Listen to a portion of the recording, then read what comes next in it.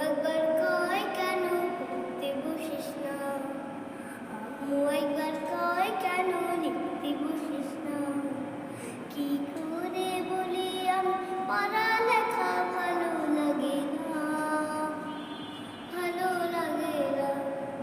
আম্মু একবার কয় কেন পড়তে বসিস না, আম্মু একবার কয় কেন লিখতে বসিস না। কি করে বলি আমি পড়ালেখা ভালো লাগে না, ভালো লাগে না। ঘুম না হতে ডাকাডাকি সকালবেলা